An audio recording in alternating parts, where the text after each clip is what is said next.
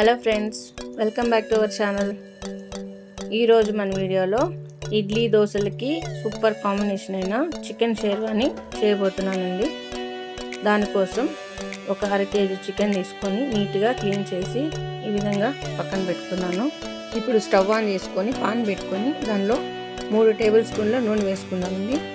దానిలో ఒక 2 బిర్యానీ ఆకులు ఎందుకు వేస్తున్నానంటే ఆ చికెన్ వేగేటప్పుడు ఆ నీచు వాసన అనేది రాకుండా ఫ్లేవర్ బాగుంటుంది. దానికోసమని బిర్యానీ ఆకు వేసానండి. అందులో ఒక పెద్ద సైజు తరిగిన ఉల్లిపాయ కూడా వేసుకునేసి అది కొంచెం హాఫ్ కుక్ అయ్యే వరకు వేయించుకుందామండి. హాఫ్ కుక్ అయిన తర్వాత ఇప్పుడు క్లీన్ చేసి పెట్టుకున్న చికెన్ ఉంది కదా, దాన్ని యాడ్ చేసుకుంటున్నాను. ఇందులో 1/2 టీ స్పూన్ పసుపు, 1 టీ స్పూన్ ఉప్పు వేసుకొని ఒకసారి మిక్స్ చేసుకుందామండి. పసుపు ఉప్పు మొత్తం కలిసేలాగా మిక్స్ చేసుకొని దాని మీద మూత పెట్టి ఆ చికెన్ నుంచి వచ్చే నీళ్ళన్నీ కూడా ఎగిరిపోయేలాగా ఒక 10 నిమిషాల పాటు మీడియం ఫ్లేమ్ మీద ఉడికించుకోవాలండి. ఆ విధంగా ఉడికించుకోవడం వల్ల ఏమవుతుందంటే ఆ చికెన్లో ఉన్నటువంటి ఊరిన నీళ్ళన్నీ ఇంకిపోయి నూనె తేలుతుంది.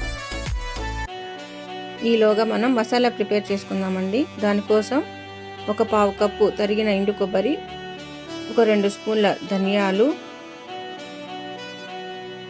చిన్న సైజు తరిగిన ఉల్లిపాయ, ఒక 10 వెల్లుల్లి రెబ్బలు, 2 ఇంచుల దాల్చిన చెక్క, 4-5 లవంగాలు, 1 ఇంచు అల్లం తరుక్కొని వేసుకొని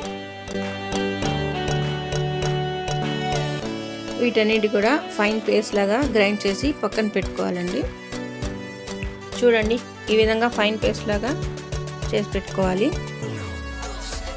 ఇప్పుడు చికెన్లో నీళ్ళు ఎగిరిపోయలేదో చూద్దామండి. చూడండి, నీళ్ళన్నీ ఎగిరిపోయి నూనె తేలుతుంది. ఇప్పుడు మనం రుబ్బి పెట్టుకున్న మసాలా ఉంది కదండి, దాన్ని దీనిలో యాడ్ చేసుకుందాం.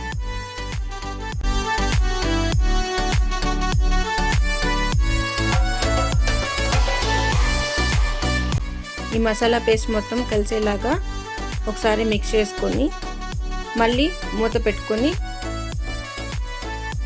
ఒక 2 నిమిషాలు ఉడికించుకుందామండి.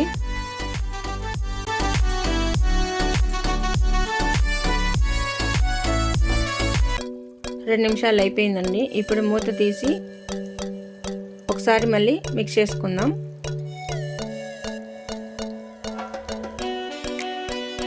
ఇప్పుడు 2 టేబుల్ స్పూన్ల కారం వేస్తున్నానండి. ఎక్కువ కారం తినే వాళ్ళైతే ఇంకో 1/2 స్పూన్ యాడ్ చేసుకోవచ్చు. కరివేపాకు, కొంచెం కొత్తిమీర వేసుకొని ఒకసారి మిక్స్ చేసుకుందాం.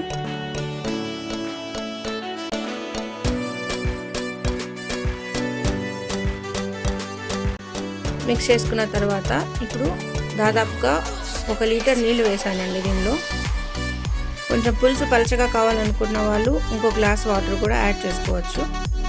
ఇప్పుడు ఇదంతా కూడా బాగా కలిపి ఉప్పు సరిపోయిందో లేదో చెక్ చేసుకొని అవసరమైతే ఇంకొంచెం ఉప్పుని వేసుకునేసి మిక్స్ చేసి మళ్ళీ మూత పెట్టి కొంచెం సేపు ఉడికించుకోవాలండి. ఒక 5 నుంచి 10 నిమిషాల వరకు ఉడికించుకుంటే పులుసు ఇంకొంచెం చిక్కబడుతుంది.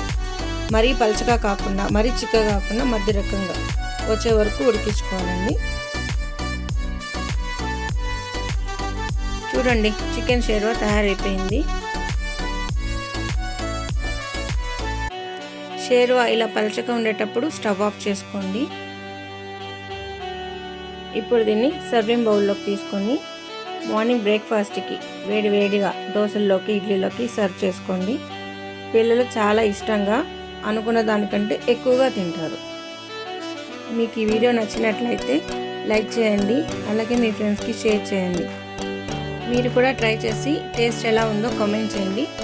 సబ్స్క్రైబ్ చేసుకోవడం మాత్రం మర్చిపోకండి. Thanks for watching.